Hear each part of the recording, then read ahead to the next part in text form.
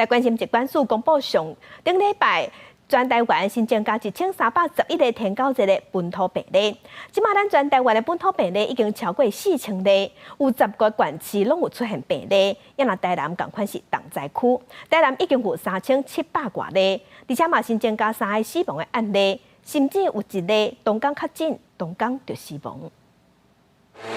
防疫人员详细清楚每一个所在都惊天狗日白板糖伫厝内生团。本土天狗日疫情继续升悬，疾管署公布顶礼拜增加3例本土天狗日死亡个案，拢是住伫台南市，年纪是伫60外到80外岁，拢是男性3人，拢有潜在疾病。其中一个个案是非典型天狗日症状，确诊是天狗日迄天就不幸死亡。累计今年本土天狗日死亡有6例。那到发病的当天，然后有出现比较典型的登革热症状，包括发烧、出血点等等。然后当日就诊检验阳性的 NS1 快筛是阳性哦，那病程进展的比较快速的当天就是死亡。疾管署表示，顶礼拜全台增加1311例天狗日本土病例，今年本土病例数已经超过4000例，有10个县市有沦陷，病例数是我10年同期第2悬，其中台南市是重灾区，累计已经有3700多例。台风过去大概1个礼拜后到10天，蚊子大批繁衍出来之后，就会造成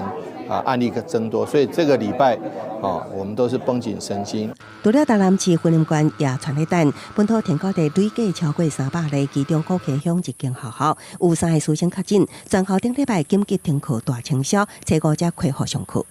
我们还是注意到整个资金的部分还持续在关注当中务必要让学校所有的环境通通没有问题之后，那学生才能够回到学校。